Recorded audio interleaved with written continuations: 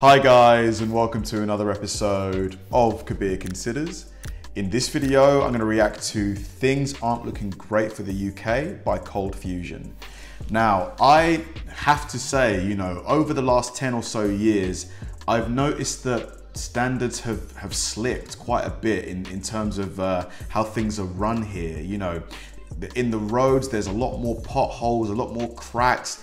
There's a lot, it takes a long time to get an appointment with a GP. You go to A&E, like if anything goes wrong, and oftentimes you're waiting for hours before you're seen. It just feels like over the last 10-ish years, standards have been allowed to slip that shouldn't have been allowed to slip. It's kind of crystallized by the fact that I remember back in 2004, I went with my siblings to Maryland to see my aunt and my cousins, and £1 got you about $2 back then. And last week, it got all the way down to £1 getting you $1.06. So I know inflation, the whole world is kind of going through an inflationary period, but the pound, it definitely feels like quite symptomatic of the issues that the UK is facing right now. Cold Fusion does a great job of breaking down these kind of topics. So I already know a lot of the reasons for this decline, but it's going to be great to get you guys' opinion as well. So yeah, let's do it. The British pound hitting an all-time low today against the dollar. £1 equaling about $1.03. It's now back up to like $1.07. Hi, They hit $1.03. welcome to another episode of Cold Fusion. Last week, the world witnessed one of the most troubling financial situations in quite some time. The UK's pound, the fourth most traded currency in the world, had declined more than 5% in one day, Crazy. essentially reaching parity with the US dollar. Imagine losing 5% of your savings overnight. Madness. This was the lowest point that the UK currency had ever reached in its history. The crash threatened to blow up almost 50% of the nation's private pension savings, only to be averted just at the last second. So what happened? In this episode, we'll take a look. You are watching Cold Fusion TV. Leadership, that's what happened. Poor leadership. To get the full picture, we must go back a few months. During that time, the United Kingdom started facing a cost of living crisis. Energy prices in Europe were rising due to the ongoing Russia-Ukraine war. Inflation reached 10% in August, the highest level in 40 years. Amongst this backdrop, the newly elected government, headed by the new Prime Minister, Well, correction, she wasn't elected. She was basically voted by the members of the Conservative Party committee, which is about 200,000 people. She wasn't democratically elected by the population. Liz Truss unveiled two policies that played a key role in the events of last week. The first policy, announced on September 8th, was the energy price guarantee. The aim was for the government to cap energy expenses for the average family at around £2,500 per year for the next 2 years. Supposedly, this would be a saving of £1,000 per year. The scheme is poised to cost £100 billion during the first year. A lot of money, and it's not even been costed. So they're going to probably make cuts to public spending. It's just, yeah, it's a good idea, but I mean, how are we going to pay for it? That's the question. Without having the budget to sustain such costs, the policy will be financed exclusively by government debt in the form of bond issuance, which, you guessed it, is inflationary. The second policy was announced on September 23rd by Kwasi Kwarteng, the new finance minister. It was supposed to be a historic tax cut plan, both for individuals and companies. The intention was to alleviate pressure and give the economy a boost, ensuring steady growth. This policy was going to be funded by government borrowing, and this was going to cost an additional £45 billion. But despite the noble intention of protecting those who are more impoverished, the policy was heavily criticised. Because it was As some research points out, the rich were going to benefit 2 times more than the poor. The international market looked at this, and it drove them into a panic. The thinking was, all of these schemes are just going to increase inflation, basically causing more problems than they solve. It led to a lack of faith in the UK currency. All of this leads to September 26th and the famous decline in the value of the UK pound. There was a negative response and much skepticism over the effects of these new policies and their effects on the UK economy. this all led investors to sell their Great British Pound denominated assets. The result was a large decline in the value of the British pound as it was exchanged for other, quote, safer currencies. It's just super frustrating because, you know, like for everybody here that has, you know, savings in the bank, it's like, bang, you've just lost a ton of them. Like in terms of real terms value, it's just over the last year or so, just inflation has eaten into like my savings quite a bit. You know, what you can buy with what you have in the bank is just so much less. It's just, but if you buy stocks, stocks are volatile. So it's like, what do you do? What do you do with your savings? Like, you know. As the markets turn red, certain financial institutions weren't prepared to handle such a large decline in value. This was the case for the majority of pension funds in the UK. In total, they held almost half of the private savings in the country. The problem originated from a niche financial product that investment banks offered to pension funds. These products involve leverage, which amplifies losses, and this leverage also required collateral, and a large part of the collateral was held in UK national bonds. As asset prices started to decline due to the previously mentioned policy announcements, the banks began to ask for more collateral. This forced pension funds to sell some of their assets to meet the obligations.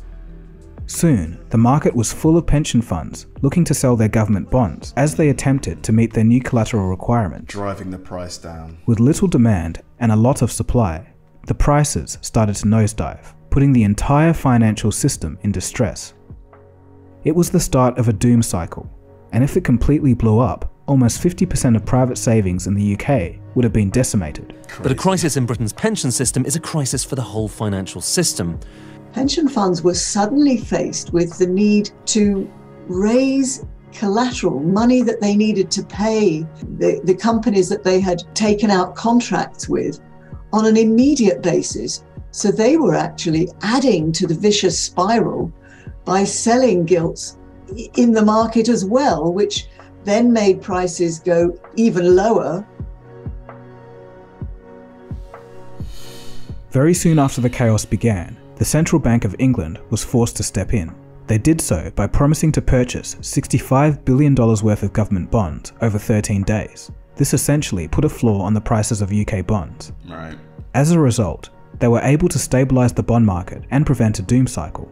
This is where supply exceeds demand by so much that the prices go to zero and assets become illiquid.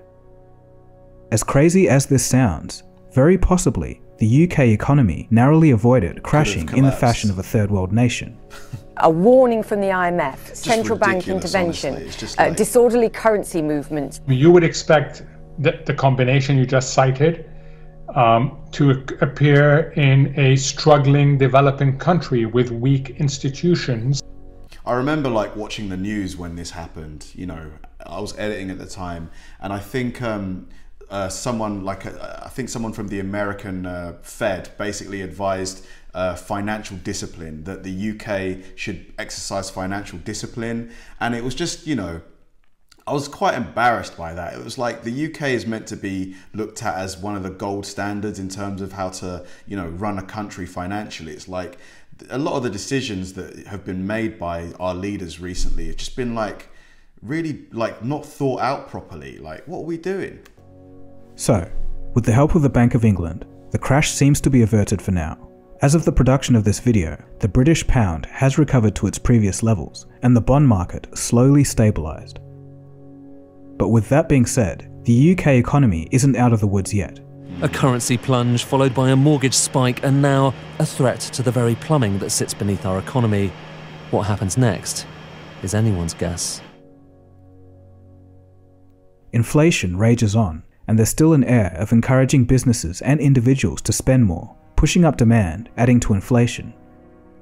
As a result, imports will be more expensive and energy costs will rise. There's also an escalating fear that inflation would make the Bank of England raise interest rates even further.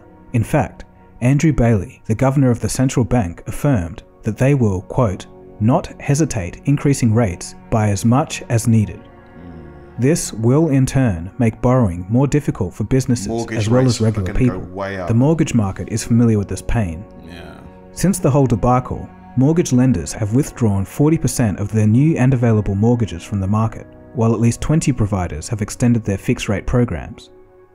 For the new buyers, things are just so hard for the everyday person now. It's like, you know, food bills, energy costs, mortgage rates, rental rates, everything has just gone sky high. I just don't understand, you know, how government thinks people can just swallow this. You know, it's not like someone can just go out and just make more money like that. Like, if you're stuck in a job where you're working as many hours as you can, like, what are you supposed to do? Like, I just don't understand it. This has made purchasing a home virtually impossible, while existing homeowners with fixed rate products, remortgaging could double their interest payments, adding more than £2,000 a year to annual expenses.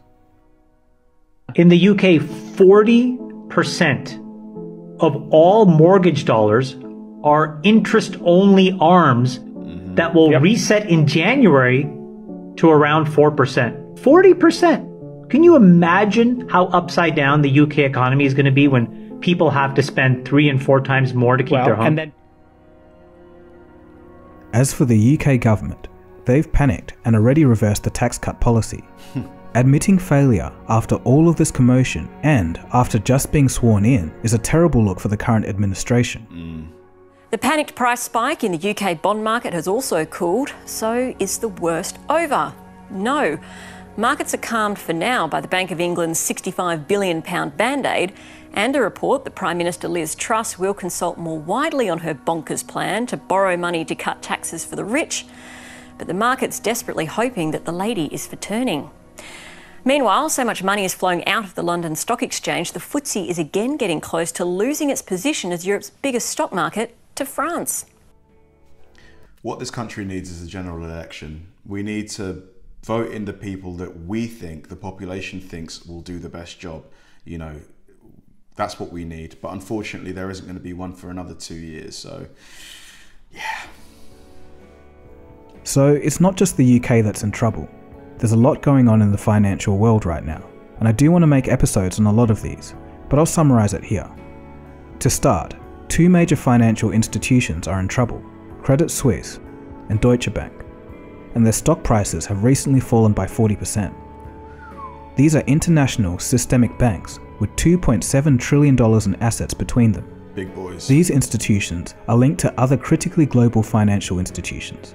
So if they give out, many experts say that it might be another 2008 Lehman Brothers event. But at this point, nobody can be sure. It just looks risky. China is also having issues. Their currency has fallen and the property market is shaky. Zero-COVID policies are reducing economic output and causing pockets of civil unrest, and there's much, much more. Globally, interest rates are rising, putting strain on the massive amounts of debt held by nations, companies, and individuals. Investors are getting scared and running into the US dollar for safety, causing it to rise and become a wrecking ball, decimating the relative value of other currencies. And because the US dollar is the reserve currency, pretty much all other countries need it to pay for basically anything. So it's a major problem. If things get bad enough, other central banks may reverse course, just like the Bank of England. They'll lower rates again and print more money. It could stave off a possible depression, but at the sacrifice of all of our currencies. Alright, so that's a lot, so I'll stop cramming in the info here. But to wrap it up, back to the topic of this video, I'd like to hear from those in the UK. What are the conversations like among your friends and family? What does everyone think about the government's frustration? I'm very interested to see your comments. If you want to see another financial video. Yeah, I mean, he asked, you know, what are the conversations like among people in the UK? And, you know, for me personally, I'm lucky that I'm in a situation where even though I have noticed things getting expensive, it's not affecting me. But, you know, I've noticed that there is a lot more of civil just contempt for leadership right now. People aren't happy with the leaders. Then the decisions, the fact that, you know, the cost of living has risen so much. I mean, it's gone up by a lot. Energy bills over the last 3 years have like almost tripled. It's insane. The food cost, my food for a week, maybe 2 years ago, was about, in a grocery store, would be about maybe 50 quid, something like that. Now it's getting close to £100, honestly. And I'm not, you know, it's not like I'm buying caviar. Like, I'm buying standard things. It's just like the cost of everything has just gone way up, and something needs to be done because it's not sustainable. It just isn't sustainable. At some point, people are just not going to be able to pay. Like, there's something in the UK called Campaign Don't Pay, where people are going to basically stop their direct debits and just refuse to pay their energy bills if 1 million people sign up. And it's getting close. I think it's got like a couple 100,000 people. Things like this, you know, ideally people don't want to do that. You know, people want to pay their bills and stuff. But like I mentioned in the video, if you're already working 50 hours a week, your partner's working 50 hours a week, you know, how else, what are you supposed to do? Are you supposed to, you know, not eat? Like, are you supposed to not turn on the heating? Like, there was a story about an older lady who, she has to go and sit in her local McDonald's all day because she can't afford to turn on the heating in her home. Like, is that not insane? Like, the UK is one of the wealthiest countries in the world. What is going on? It's just baffling. Thanks for watching, guys, and I'll see you in the next one.